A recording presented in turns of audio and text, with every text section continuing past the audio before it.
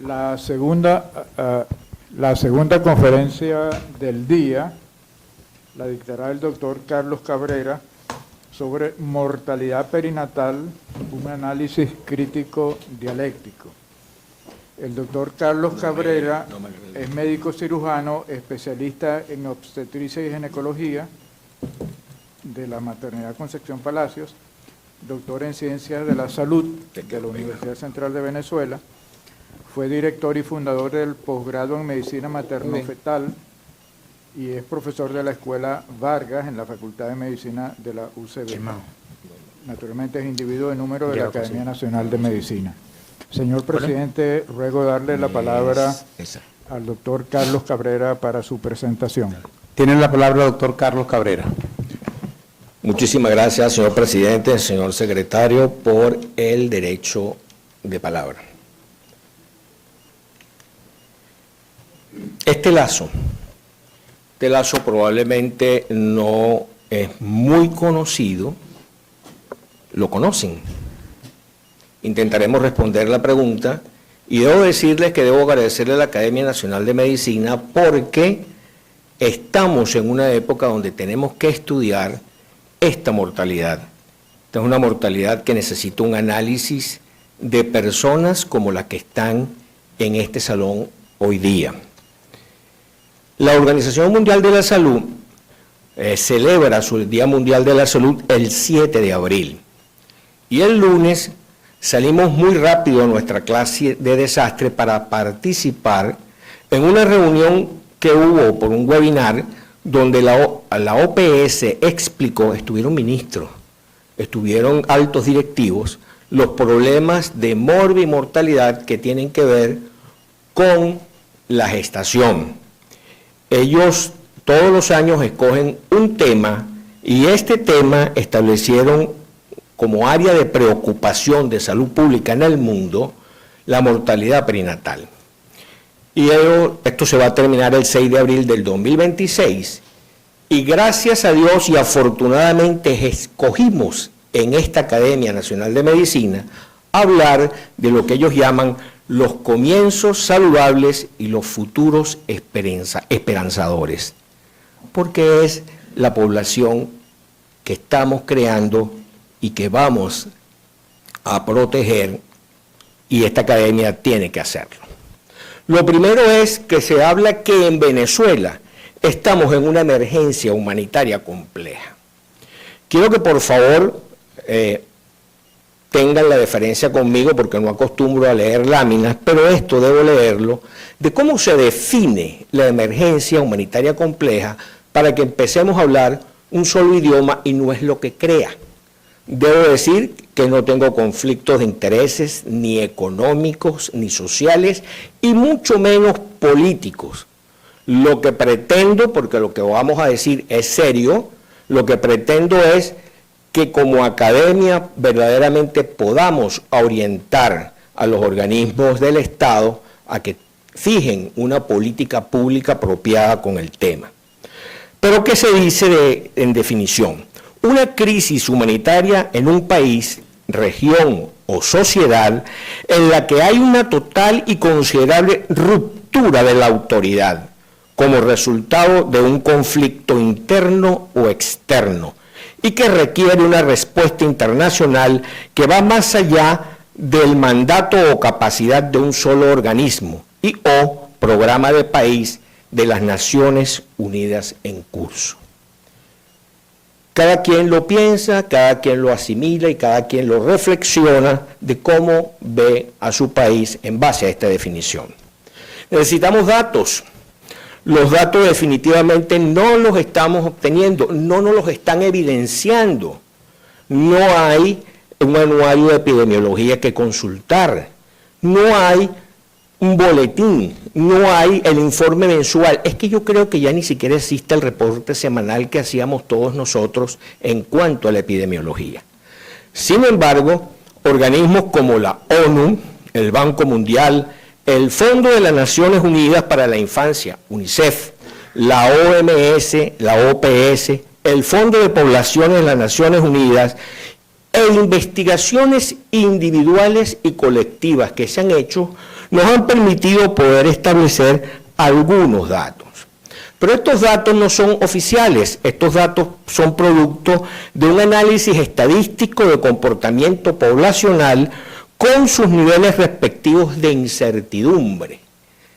No sabemos si esto es cierto o no, probablemente sí, pero yo debo presentarles, para recuerdo, lo que en mi trabajo en corporación puse las dos pirámides. Recuerden que había un cambio de la pirámide de crecimiento de la población, donde estábamos manejando para el año 2000 que teníamos unos niñitos de 0 a 4 años que van sobre el 10%, y iba decreciendo como es lo habitual que debe ocurrir en una sociedad.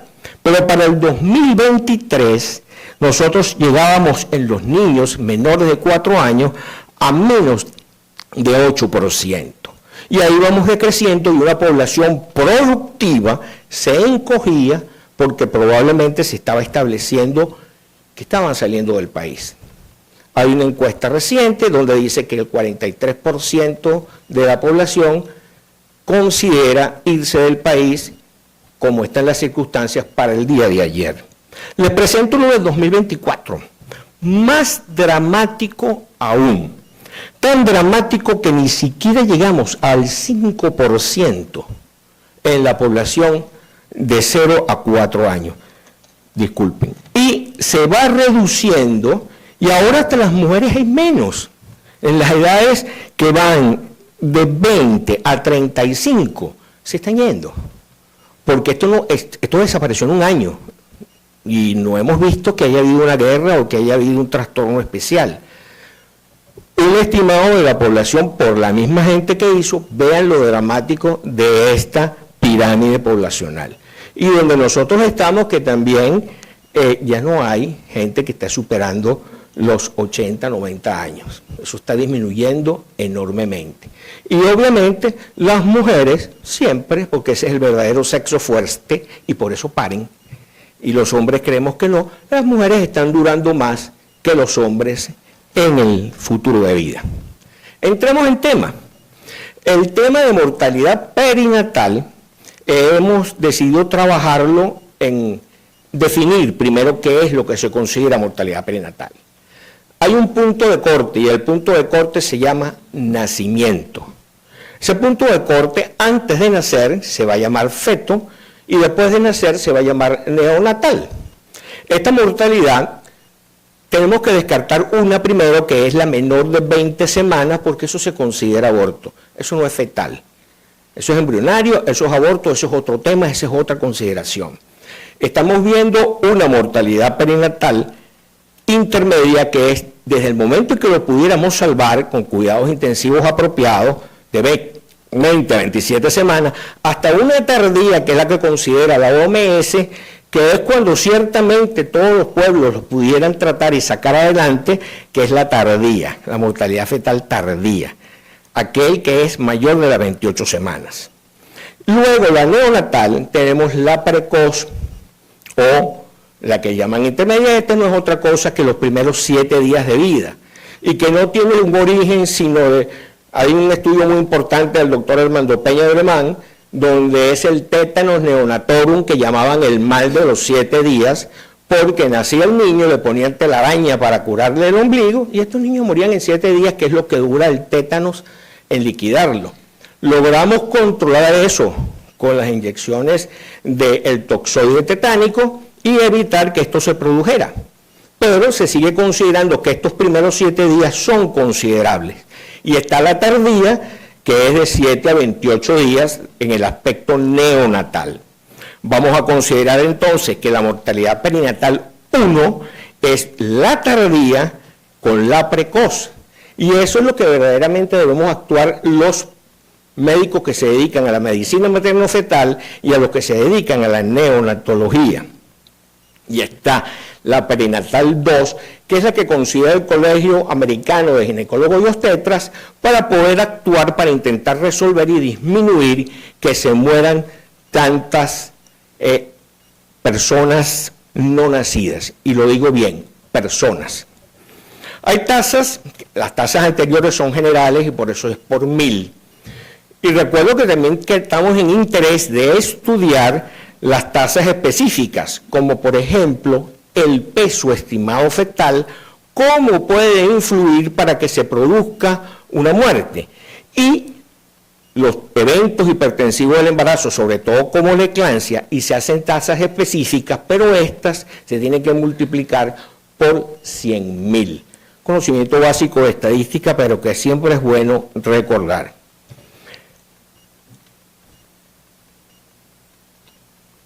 Importantísimo. En la maternidad Concepción Palacio, la primera casa de atención materno-fetal, el último trabajo se hizo en 1989, que lo hicieron los prestigiosos neonatólogos Luis Medina y Ana Morante. Desde ahí para acá no tenemos un solo dato que se haya establecido. Hay que ver que nosotros hicimos un trabajo, un equipo de medicina materno-fetal, en donde tenemos, el trabajo lo tengo aquí, está publicado en la Gaceta Médica de Caracas, y tenemos 84 referencias bibliográficas, donde el académico Pedro Faneite aporta 14 referencias de que tiene tiempo estudiando esto. El doctor Jay Gómez, que estamos trabajando en equipo, tiene 11 publicaciones participando, y quien les habla ha aportado 12 que estuvimos aportando porque hemos estado revisando todas las circunstancias. Empiezan a sorprenderse. Del 2019, empezamos en el 2019, logramos estudiar todo el 2023, pero concluimos el estudio en mayo del 2024. Recibido en junio, publicado en julio en la Gaceta Médica de Caracas. Y vamos a tener cómo va subiendo la tasa de mortalidad neonatal de 30 a 65, bajó un poquito en el 2020, para luego saltar a 36, 41 y 52. Y como los valores donde se saca un promedio siempre interviene el mayor o el menor, porque es el que los estimula, bueno, el 20.24 es el que nos baje, que a ese periodo le saquemos un promedio de 35.57, que igual sigue siendo considerablemente altas. Las causas. Las causas de muerte neonatal en el primer mes se debe, en primer lugar, antes en mi época, era la sepsis. Los neonatólogos sabían que tenían que luchar contra la sepsis. Yo en principio, cuando hablaba con mis neonatólogos, me decían, prefiero que me entregues un prematuro y no un más a término infectado, porque realmente la infección nos mataba las enterocolitis ulcerosas y bastantes detalles que eran complejos para la mortalidad. Hoy en día es la prematuridad la que nos está acabando con el 40%, y las anomalías congénitas 17 para sumar un 57% de las muertes antes del primer mes de día se deben a estos dos problemas. Queda la sepsis con un 16% para un tercer lugar, luego la asfixia, la neumonía y obviamente otras patologías neonatales. Desde un mes hasta los 59 meses cambia todo el escenario, y entonces son otras causas que son múltiples y los daños en específico lo que producen estos trastornos. Los neonatólogos de la maternidad Concepción Palacio hemos logrado, digo hemos porque somos un equipo, hemos logrado que sobrevivan, esta foto ya ustedes la han visto, fetos que al nacer neonatos con menores de 500 gramos lo hemos logrado sacar con vida. Aquí tienen entonces las muertes fetales que vimos en este trabajo, que son las tardías, ¿se acuerdan? Las que logran 28 semanas que dice la OMS que pudiéramos, con las muertes neonatales tempranas para hacer la perinatal 1, y vemos también el incremento de 49.22 y estamos terminando en 56.53 por cada 1.000 nacidos vivos, porque esta es una tasa general, para dar un promedio de 47.34 para el periodo de estudiar. En las neonatales, sí tenemos, que ya la vimos, que es la parte que estamos valorando, que en el 2023 un 52.39% con un promedio de 35.57. Las muertes con edad gestacional alcanzada mayores de 20, que es la mortalidad perinatal 2. Hacemos el cálculo y lo relacionamos con la muerte fetal total y vemos entonces que según el número de nacimientos, una tasa de 28 para la fetal tardía, con un promedio de 23 y una muerte fetal complementaria de 42. Hay que recordar con precisión que si ustedes sacan esta cuenta, aquí estamos hablando de una maternidad Concepción Palacio que atiende en esta proporción, atendió un promedio de 15 a 20 partos por día.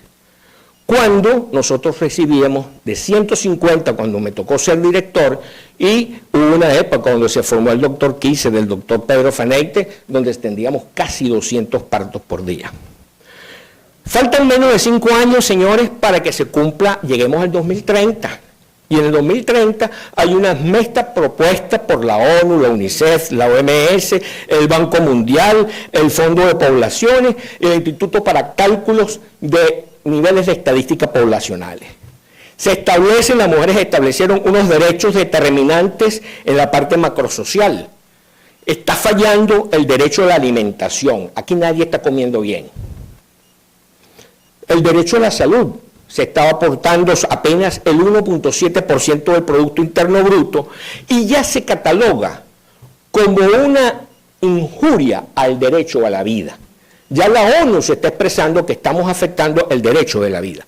Por lo tanto, el objetivo 3 del desarrollo sostenible de la Agenda 2016 a 2030 nos exige, ya fracasó la del 2015, ¿ok? Vamos para el 2030 en donde nos pide que la razón de mortalidad materna debería ser menos de 70 por cada 100.000 nacidos vivos. La maternidad tenemos 57, pero ya ustedes lo vieron en los otros trabajos que hemos presentado y el grupo de trabajo ha establecido que estamos casi en 400 por cada 100.000. La tasa de mortalidad neonatal y la fetal deberían estar menos de 12. Ya ustedes vieron, pero les voy a resumir y vamos entendiendo esta muerte perinatal. 674 muertes perinatales fetales tardías, lo que hace una tasa de 47,34. Eso significa que muere de manera perinatal 1 por cada 21 nacimientos. Venezuela está 4.19 veces por encima de Colombia y 8.4 veces por encima de Estados Unidos en cuanto a esta tasa de mortalidad fetal tardía. Tenemos 987 muertes neonatales para una tasa de mortalidad neonatal de 35,37. Ocurre entonces una muerte neonatal cada 28 nacimientos. La mortalidad neonatal temprana, 70,61, 1 por cada 40 nacidos vivos. La tasa de mortalidad fetal tardía la tenemos 6.219 casos, de los cuales las tardías 674 para un 23,27 por 1.000. 1 de cada 24. Hay una muerte fetal tardía por cada 43 nacimientos. ¿Cuáles son las propuestas desde la reflexión de la medicina materno-fetal? La primera, realizar protocolos nacionales y guías prácticas clínicas para el equipo de salud perinatal. Esto lo publicamos en junio. Debo decirle que el ministerio está haciendo ahorita un protocolo para establecer, pero no puede ser un protocolo para que lo guardemos. Tiene un protocolo que tiene que llegarnos a todos los que estamos aquí en la academia y a cualquier médico que esté en el interior de la República y a todas las escuelas de medicina para que sepan qué hacer ante cualquier evento obstétrico. La creación y validación en Venezuela de unas aplicaciones digitales que nos permitan calcular el riesgo de patologías maternas o fetales. Cumplir con un modelo integrado de bienestar fetal ante parto y descartar la presencia de marcadores ecográficos de síndrome de respuesta inflamatoria fetal. Muestra de sangre de cordón, no solamente para poder establecer el grupo sanguíneo, pero sino para saber también cómo está ese pH. Antes, ¿se acuerdan? Todo era trauma obstétrico. Ahora no, hay un sufrimiento fetal importante y nosotros en medicina materno-fetal sabemos y hacemos el ultrasonido transfontanelar para establecer los riesgos de hemorragia cerebral que puedan tener estos fetos. En la gestante se propone un ultrasonido en todos los estados hipertensivos del embarazo, arteria oftálmica, la evaluamos así, de sepsis materna, de sospechas de enfermedades cardiopulmonares, que como hemos visto, Nosotros hacemos esos ecos, lo hemos demostrado en otras presentaciones aquí, y el transfontanelar lo hacemos con el eco transvaginal. No nos damos mala vida por buscar recursos extraordinarios. Utilizar las tablas percentiladas de la OMS para crecimiento fetal en cuanto a cabeza, abdomen y fémur, para tener un peso estimado, porque eso me habla del futuro que voy a tener con ese feto. Y valorar la anatomía también en el tercer trimestre. Y tenemos una propuesta especial que es la investigación. Una investigación enfocada en fármacos. Hemos trabajado con la L-carnitina, la L-arginina, con el omega 3, pero también hay que tener otros suplementos nutricionales para ver cómo mejoramos este problema de esta mortalidad. La madurez pulmonar fetal, quitando la angustia de que hay mujeres que dicen, ¿usted no me va a poner la vacuna para madurar los pulmones? No, eso tiene sus indicaciones. Son esteroides que hay que hacerlo de una manera apropiada. Controlar el síndrome de respuesta inflamatoria fetal y evitar la sepsis neonatal. Percibir la muerte cuando se espera la vida. Amigos académicos, hice esta pausa para que ustedes reflexionen con este punto. Nosotros tenemos que buscar que se mantenga la vida. Yo a mis pacientes cuando tienen una muerte fetal les digo, ¿crees en Dios? ¿Crees en los ángeles? Si la respuesta es sí, les digo, dile a Dios que le acabas de enviar un angelito y que ahora te envíe un hijo para ti, para que tú lo disfrutes. Octubre es el mes internacional de concientización y visibilización de las muertes neonatales, el Yo No Te Olvido. El 15 de octubre es el Día Internacional del Duelo por la Muerte Gestacional y Neonatal. Deberíamos hacer en la academia algo importante para ese día o cercano a ese día en octubre. Los vimos crecer. El maestro Pedro Faneite, el doctor Saúl Kaiser, Jay Gómez, mi persona, somos un equipo de trabajo que tenemos, Pedro ya tiene más de 40 años trabajando en esto. Yo tengo más de 35, Jay está esperando y queremos darle las gracias por permitir que la academia nos escuche para este punto. Gracias.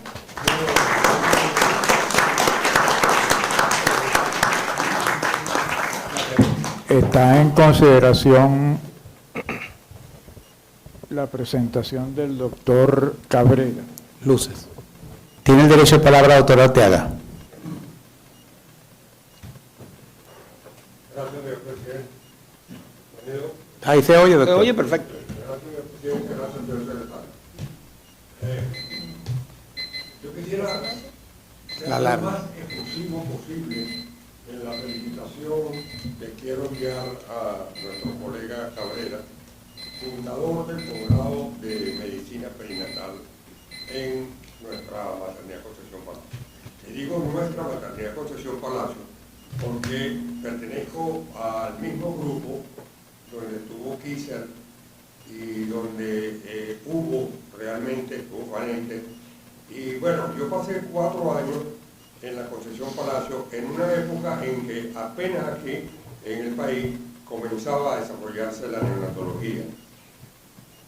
Mi pregunta, amigo Cabrera, quizás pregunta e inquietud, es cuando te refieres a lo que se va a hacer de tipo protocolar para toda la República, cuando en algunas oportunidades me ha tocado estar presente en institutos clínicos donde cuando pido una sonda, cuando pido un catéter, no lo tienen y ni siquiera tengo oportunidad de poder intubar recién nacido.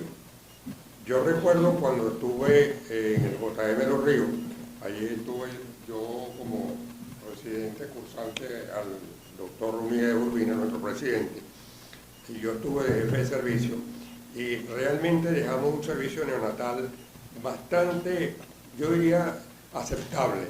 Hoy por hoy, y el doctor Urbina me debe apoyar en ese sentido, no hay nada de lo que nosotros dejamos.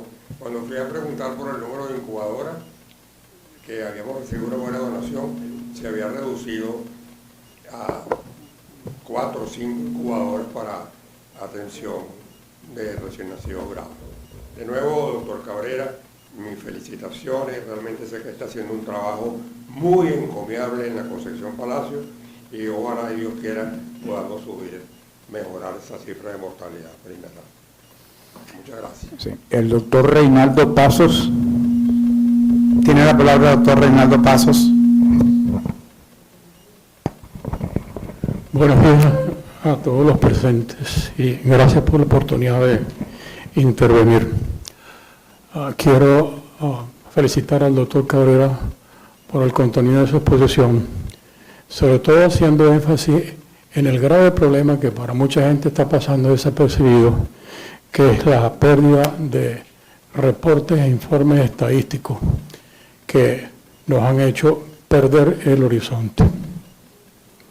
Segundamente, yo soy obstetra especializado en medicina materno-fetal. Y rápidamente quiero hacer mención, en el nacimiento de la perinatología, en el año 1950, Estados Unidos declaró una emergencia nacional por los índices de mortalidad materna y mortalidad perinatal. Entonces, en los años 70 aparece Virginia Haber y se funda, entonces se origina la perinatología como una especialidad para obstetras y para pediatras. Yo creo que la gloria de la... Me perdonan si soy muy exagerado en el comentario. En Venezuela yo creo que tuvimos una etapa gloriosa de la perinatología y la asistencia obstétrica, más o menos en el rango de el año 80, más o menos hasta finales de siglo, o sea, hasta el año 2000, cuando se aunaron esfuerzos entre obstetras, perinatólogos y neonatólogos. Se empezaron a hacer los posgrados de perinatología en los diferentes hospitales. Y creo que fue una época gloriosa porque yo disfruté precisamente de tecnología y asistencia de alta calidad en perinatología y en neonatología. El doctor Cabrera ha mencionado pH fetal. Yo hago mención de, usted como obstetra también lo reconoce, yo pienso que la calidad de la asistencia obstétrica está disminuyendo en el país. Y se le está dando paso ahora a las dulas. Las estamos viendo en el ejercicio privado de la profesión. Ya los monitoreos electrónicos durante el trabajo de parto parece que pasaron a la historia. Yo conocí y tuve la oportunidad de trabajar con Eric Salin, formado en Uruguay, lo conocí en Chicago. Yo no sé quién habla de pH fetal que no sea en las escuelas de la maternidad Concepción Palacio. Cuando yo digo que tuve la felicidad de disfrutar ese periodo en Venezuela, yo asistí a mis partos haciendo electrocardiograma fetal intraparto. Entonces, eso fue muy bonito. Ahorita veo, por un tema político, me pliego al comentario del doctor Cabrera, no tengo ningún interés político ni ninguna inclinación. Yo creo que por un tema político y con los problemas que tenemos de el aumento de los costos de la asistencia obstétrica en el país, se le está dando rienda suelta a lo que ahora llaman el parto humanitario, que no viene siendo más que el parto domiciliario, el parto en la casa, que tratamos de quitar en aquella década famosa que dije yo, aquellos años que fueron del 80 al año 2000. Y en los partos humanitarios no veo que tengan ninguna de las medidas para hacer una asistencia obstétrica de cuidado que garantizara mayor calidad del producto del embarazo y del parto. Gracias. El doctor Uniedas Urbina. Sí, muchísimas gracias, señor secretario, por el derecho de palabra.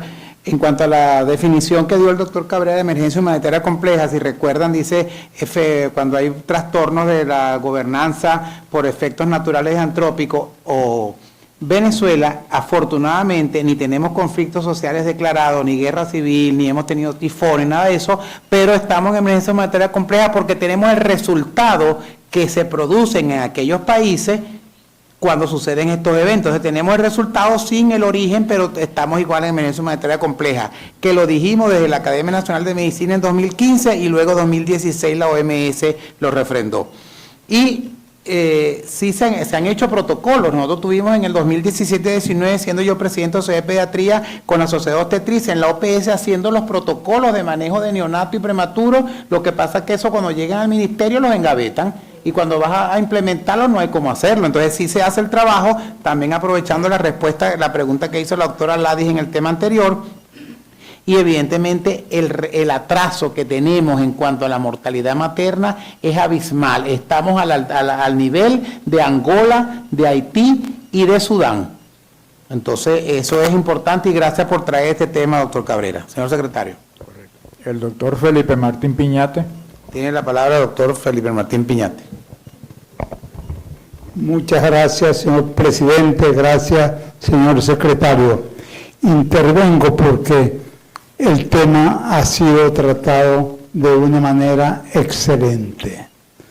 Nos hemos dado cuenta que el doctor Cabrera, impactado justamente por lo que él llamó crisis humanitaria,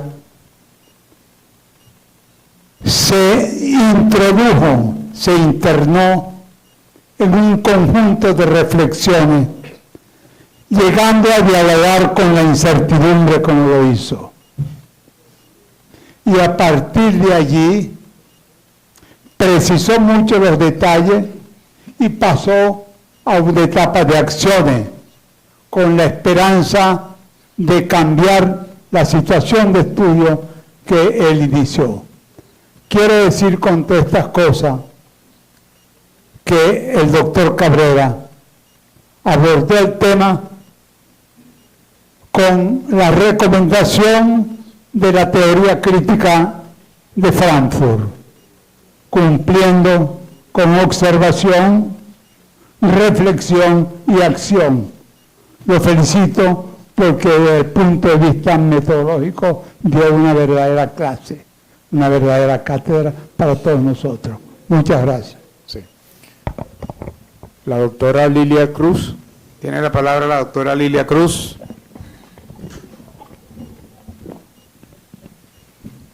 Muchas gracias por el derecho de palabra. Doctor Cabrera, felicitaciones por esta charla tan excelente. Yo tengo dos preguntas. Usted señaló que la prematuridad es una de las causas más frecuentes actualmente de mortalidad neonatal. La pregunta es, ¿cómo influye la desnutrición de la madre en la incidencia de la prematuridad y de la muerte en los niños prematuros? Y la otra, el otro es un comentario. Usted hace un trabajo excelente, ustedes hicieron un excelente trabajo en la maternidad Concepción Palacio, que podemos decir es la primera maternidad del país en el sector público, ¿verdad? Y de América. Bueno, entonces yo supongo que las cifras, si se hiciera un estudio comparativo con otras maternidades en el interior del país, por ejemplo, probablemente las cifras serían diferentes. Y también sería interesante hacer un estudio comparativo con una institución privada, con una buena clínica, o con varias de las clínicas, para ver cómo se comparan esas estadísticas en las diferentes instituciones en Venezuela. Porque la falta de información global del país le está afectando muchísimo. Entonces, una manera de abordar el tema de la falta de estadísticas globales es lo que ustedes están haciendo, un enfoque institucional. Y además es importante también tener en cuenta lo que acaba de decir el doctor Peña, de los partos humanitarios que son domiciliarios. Allí puede haber también unas estadísticas distintas. Entonces, felicitaciones de nuevo, pero yo creo que sí vale la pena ampliar estos estudios con eso, en forma comparativa. Está difícil. Sí. El doctor José Manuel de Abreu. Tiene la palabra el doctor José Manuel de Abreu. Micrófono, por favor. Salud. Ahí va. Ya va. Ahí. Muchas gracias por concederme el derecho de palabra. La doctora Cruz casi que me quita la pregunta. Sin conflicto de intereses políticos, pero el trabajo versa sobre mortalidad neonatal, perinatal, maternidad Concepción Palacios. Era la primera maternidad del país, pero usted mismo dijo que de 200 bajó a 20, 30 partos día. Y hay centros hospitalarios maternos que tienen diferentes municipios, parroquias, que atienden mucho más de eso. Ese número no está sesgado, es mi pregunta, porque no podemos tomar y decir, en Venezuela la mortalidad es 56% la tasa, cuando es de un solo hospital que bajó el número de atención de esos partos y tal vez llevado los pacientes con mayor patología a ese hospital. Pero cuando hagamos la distribución a nivel nacional, ¿esa es la misma tasa? No lo sabemos. Cerramos la sesión de preguntas con el doctor José Antonio Odeli en sesión virtual. Tiene la palabra el doctor José Antonio Odeli. ¿Me oyen? Sí, José Antonio. Gracias por la palabra.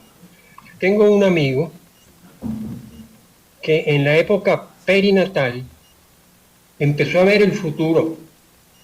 Es decir, tenía evidencia. Y esto mismo se lo formulo a la doctora Sileo. Ese ramo de evidencia, ¿cuál es el origen? ¿De qué parte del sistema nervioso central viene la evidencia? Y este individuo todavía la tiene ahorita 65 años. Desde que tenía 3 años de edad podía ver el futuro, lo cual le llevaba a muchos problemas, porque imagínense un niñito de 3, 4, 5 años de edad prediciendo el futuro y prediciendo lo que iba a pasar, y ello haciéndolo sin equivocarse. ¿Cuál será entonces el origen de esta facultad y cómo se debiera tratar? Y gracias por la palabra y felicitaciones tanto a la doctora Sileo como al doctor Cabrera por temas tan interesantes. Sí, abrimos un momento el derecho de palabra para darle la palabra al doctor Pedro Faneite y después a la doctora Petita en Maracaibo. Tiene la palabra el doctor Pedro Faneite. Gracias por permitirme el derecho de palabra. Desde el punto de vista técnico, lo que nos conectamos vía online, hay ahí un pequeño lapso entre uno toca el botón y derecho de palabra. Bueno, el tema interesante al que nos ha presentado el doctor Cabrera.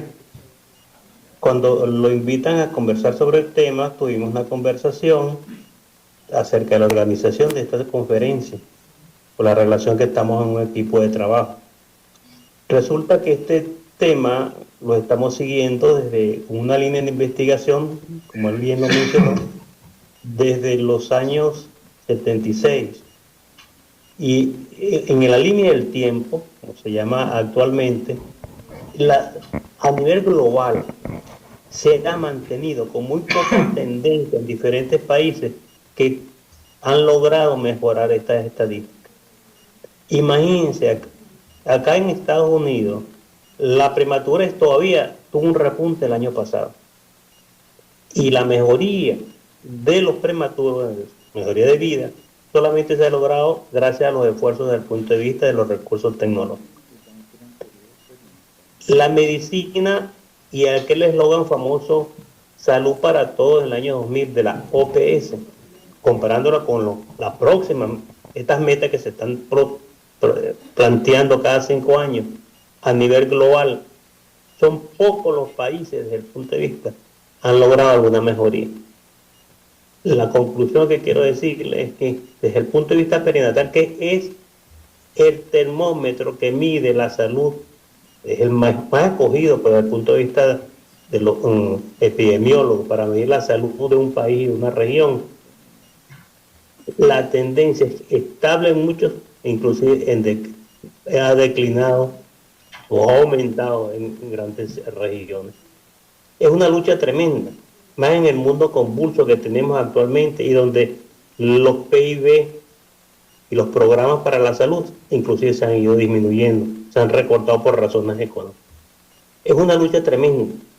Por supuesto, no la debemos nosotros, los que encargados desde el punto de vista de salud o lo oficial, declinar este tipo de conferencias, este tipo de actividad que lleva años y que actualmente la academia lo ha retomado. De verdad me siento orgulloso y al cual apoyo de una manera muy importante. Gracias, señor presidente, gracias, señor secretario. La doctora Nelly Petit. Tiene la palabra la doctora Nelly Petit, desde Maracaibo. ¿Me escuchan? Sí. ¿Aló? ¿Sí? Sí, adelante, doctora. Bueno, primero que estoy sin luz. Eso es un hecho curioso acá. La primera pregunta que le tengo al doctor Cabrera es con respecto a que él mencionó que de hecho tuvieron prematuros de 500 gramos. Mi pregunta es la siguiente: ¿hubo un seguimiento a esos prematuros para ver cómo fueron evolucionando desde el punto de vista psiconeurológico? 1. 2. ¿Qué nos puede decir cuál es el porcentaje en lo referente al maltrato obstétrico y cómo influye en esas muertes perinatales? Gracias.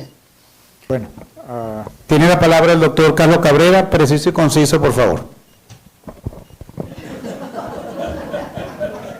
Uno oye discursos de preguntas y tiene que responder respuestas inmediatas. El tiempo es igual para todos, doctor. Así es en Maracaibo. Bueno, doctor Arteaga, muchísimas gracias por su comentario. Y sí, miren, ha habido protocolo. El doctor Pedro Faneite trajo cuando vino del CLAP, no de las bolsas CLAP, sino vino de allá de Latinoamérica, donde se formó como perinatólogo, empezó a hacer protocolo y tiene mucho trabajo realizado sobre eso. En el anterior protocolo participamos, doctor, nosotros Maternidad Concepción Palacio, el doctor Unidad de Seguridad también participó, pero lo politizaron y entonces los verdaderos doctores no aparecíamos, sino que aparecía otra persona que no había hecho nada ni siquiera por reunirnos. Nos reuníamos inclusive en el Caracas Hilton y ahí se debatían los términos, ¿no? Se sacaron unas guías, unos modelos, pero que lamentablemente no llegaron a todas partes, que es lo que criticamos ahora de la medicina materno-fetal. No es que nos llegue nada más ni siquiera a los obstetras, es que al médico rural, al médico integral comunitario, hay que ponerle ese librito en la mano para que lea y aprenda cómo debe tratar cada una de esas cosas. El doctor Reinaldo Paso habló de muchísimas cosas, de los eventos estadísticos, de la gloriosa, sí, para mí no hay nada más glorioso que la Maternidad Concepción Palacio. Yo llegué ahí y me enamoré de la Maternidad Concepción Palacio. Y tanto que busqué cómo me quedo yo aquí y llegué a ser director y, bueno, y muchísimas cosas hicimos. Y creamos el posgrado de Medicina Materno-Fetal, que es nuestro orgullo. Un orgullo, un equipo ya de 170 personas que formamos, hemos egresado de esa institución en esa formación. Dudas, el parto humanizado. El parto humanizado es una cuestión donde se considera que el parto es un acto natural. Sí, pero eso no es el que estamos hablando, porque un policía, un bombero, una enfermera, cualquiera atiende un parto. El problema es cuando se complica. Y entonces el normalito solo se puede complicar, solito. Y entonces un parto que uno cree, mi trabajo especial de investigación, que se llamaba así en esa época, era el parto podálico vía vaginal o cesárea. Mi tutor era el doctor Saúl Kieser. Entonces, claro, demostramos por eco cerebral que salían mejor lo que atendíamos por parto vía vaginal, pero era que el parto por vía vaginal lo atendíamos el doctor Kieser o yo, para mi muestreo. Eso tenía un sesgo, porque la cesárea entonces le hacía el R1, el R2, y este parto es tan difícil por arriba como por abajo. Como es tan difícil resolver este problema y entender la mortalidad perinatal aquí, en el gobierno y en la población médica. Ese es el hecho de las reflexiones que tenemos que hacer. Y el parto humanizado, bueno, es que somos humanos. Los eventos sin origen, ya hablamos de los protocolos. El doctor Martí Piñata habló de las acciones, sí, doctor, y gracias por ser mi maestro en este sistema de poder aprender y de poder expresarnos en el crítico dialéctico. No solamente es criticar, es poder aportar y hacer una observación apropiada para dar unas acciones que son las que propusimos. La doctora Lidia Cruz me habla de la prematuridad y cómo influye la desnutrición. Muchísimo, doctora. A tal grado que estamos proponiendo, probablemente aquí está el doctor Jesús Rodríguez, que estamos en la primera cohorte del postdoctoral de la Universidad Central de Venezuela en Medicina, y el tema que me voy a ir a llevar es a ver si puedo aplicar alguna de estas tasas específicas, porque aquí se ha discutido qué pasa con el niño preclántico, qué pasa con el niño diabético gestacional, qué pasa con el niño, pero lo que pasa es que los tetras no pueden manejar todo. La época del doctor Arteaga fue excelente, porque lo que se entendía, y algunas veces yo tenía confusión, porque él decía, yo soy perinatólogo, pero tú eres pediatra, ¿cómo eres perinatólogo? Es que se formaba así, porque esto debe ser un equipo de trabajo. Y hay cosas que no se pueden hacer en cualquier hospital, hay cosas que hacerlo en hospitales como la maternidad Concepción Palacio. Luego me pide otras cifras, ¿sí las hay, doctora? El doctor Pedro Faneite tiene cifras de su hospital Adolfo Príncipe Lara, y nosotros tenemos una mortalidad fetal superior a la que presentaba el doctor Pedro Faneite en un modesto hospital de Puerto Cabello. O sea que sí hay. ¿Privado? No. Quizás es más fácil conseguir el dato del Ministerio del Poder Popular para la Salud que los privados, porque los privados no van a soltar los datos. No sueltan. De hecho, antes la mandaban para la maternidad cuando habían complicaciones. El doctor de Abreu dice que si estamos sesgados. No. Yo estoy presentando un trabajo, porque lo dije al principio, datos no hay. Ni se puede considerar que esto que estamos presentando es oficial. Nosotros estamos intentando que ustedes tengan una visualización sobre una institución, un establecimiento hospitalario donde se considera que hacíamos lo mejor, donde formamos la mejor y donde tenemos el posgrado de medicina materno-fetal más rígido que tiene el país. Porque no nos quedamos con puro eco y feto, no. Nosotros desde la consulta preconcepcional. ¿Por qué, mi querido doctor? Porque una paciente con un evento preeclántico, tipo grave, del siguiente embarazo va a ser peor. En vez de empezar la preeclampsia a las 37 semanas, me va a bajar y cada vez va a ser más lejos del término. Entonces tenemos que agarrarle la consulta preconcepcional para decirle, no te puedes embarazar ahorita. El sulfato de magnesio que se habló en estos días, bueno, nosotros estamos, por eso invitamos a la investigación. Estamos usando magnesio vía oral en pacientes que han tenido el evento para ver y proteger ese cerebro, y hemos tenido grandes logros.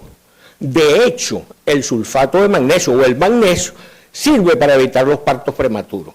El parto prematuro tiene muchas implicaciones, porque además la nutrición no es materna nada más, sino que la restricción del crecimiento intrauterino, el feto nos está gritando enormemente, estoy en condiciones mal. Y nosotros ahora hacemos con el perfil físico extendido, donde estamos valorando el tabique interventricular y el tamaño del ventrículo, de los ventrículos, y eso nos permite ya decir, epa, voy a sufrir, voy a morir, y ahí hemos actuado nosotros. O sea, el aporte de medicina materno-fetal ha sido inmenso para disminuir, pero no podemos disminuirlas todas. El doctor Daly habla de la evidencia. Bueno, yo no puedo explicar mucho de esto, me encantaría ser vidente para saber qué va a pasar, aunque sea con el país en las próximas semanas. No lo sé. No sé ni siquiera si los dólares que pueda tener o que pueda conseguir me van a servir para algo, pero sí quisiera tenerlo, doctor. Si usted tiene el don, porque tuve una compañera a quien conocí y tenía parte de ese don, sería muy bueno que nos los compartiera con nosotros, cómo Aixa aprendió el don de la evidencia. Pedrito Faneite, sí, Pedrito Faneite, afortunadamente con Pedro me han unido muchos laxos. O sea, yo tengo grandes maestros, el doctor Felius Cate y el doctor Saúl Quise son maestros, pero con Pedro me tropecé aquí en la academia por segunda vez, porque yo fui el presidente del brazo educativo de la Sociedad Obstetricia y Ginecología cuando él fue su presidente. Y hicimos muchísimas cosas, hicimos concursos de residentes de todo el país para saber cómo era el aprendizaje, el proceso de enseñanza-aprendizaje, y tuvimos grandes logros. Y qué fortuna que ahora el 99% de los trabajos que mi grupo está trabajando, lo está trabajando con el grupo del doctor Pedro Fanay. Y tenemos así la guía, y la guía crítica, la guía que cuando conversamos por teléfono algunas veces recibo mi regaño de que, Carlos, esto no es así, vamos a ponerle esto, y eso es importante. Estoy terminando. Doctora Nelly Petit, prematuro de 500 gramos. Lo que pasa es que el concepto de aborto ha disminuido, antes era 28 semanas, y se fue disminuyendo porque logramos salvar fetos menores. Ese 500 gramos es el que establece la OMS. Y fíjense qué detalle, hubo una muerte en un hospital venezolano donde una colega lo diagnosticó, eso era un aborto inevitable. Eso fue que se rompieron las membranas con una edad gestacional que no era apropiada y lo metieron a una cava y el muchachito lloró. Bueno, los estados catatónicos existen, ¿ok? Y lo otro, lloró, pero iba a sobrevivir. ¿Qué friega a esto? Que por concepto de aborto son máximo 5 años de prisión, ¿ok? Y son 500 gramos, pero este feto pesó 520 gramos. Esos 20 gramos pueden significar 10 años más de cárcel para la colega que en un momento dado pueda, si se le implica o se le imputa sobre esta situación. Y el mal manejo obstétrico, yo soy muy agrio con este tema. Cuando salió de la ley del derecho de las mujeres a una vida libre de violencia, fue a reflexionar conmigo un abogado y intentamos poner un recurso de nulidad a un articulado que se llamaba violencia obstétrica. Usted me pregunta ahora, ¿tú eres ginecobstetra? Yo les digo, yo soy médico materno-fetal. ¿Por qué? Es que mi profesión está en una ley catalogada, mi primera especialidad está catalogada como que yo soy un ser violento. Y lo peor, se conversó con la fiscal del ministerio y estábamos a punto de resolver y era violencia ejecutada en la gestante. Ese es el término correcto, porque es el camillero, porque es el esposo, porque son los hijos. Aquí todo el mundo puede maltratar a la gestante, no es solamente los tetras. Entonces la violencia obstétrica, yo ese punto en particular no lo acepto. Pero lamentablemente nuestra ley venezolana sirvió de ejemplo y ahora se está usando en todo el mundo, violencia obstétrica. Me recuerda cuando decían los neonatólogos, trauma obstétrico, cuando el problema era de ellos. Mi querido doctor Saúl Kisser, quiero terminar, él no pudo hablar, pero quiero terminar porque el lazo que les presenté es el lazo de la mortalidad perinatal. Y hay países donde consideran verdaderamente esta muerte. Australia. En Australia permiten que la madre tenga al feto muerto durante 3 días para que lo cuide, le cambie pañales, le ponga lo que sea, le haga lo que sea, con el objetivo de que ellos resuelvan la verdadera muerte fetal. Suena raro en esta cultura, porque en esta cultura los quemamos, pero miren, hay muchísimas mujeres que sufren cuando se les muere un niño intraútero. Y a esas madres tenemos que buscar la manera de poderlas ayudar con su duelo neonatal. Alcanzar lo inalcanzable, destruir lo indestructible, palabras de Cervantes, que no son otra cosa que gracias Academia, porque estamos escuchando temas como estos en esta reunión. Muchas gracias a todos.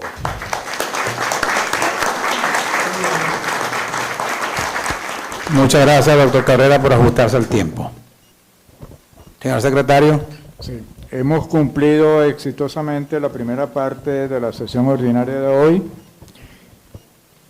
y pasamos a la sesión administrativa. Cerramos la conexión a YouTube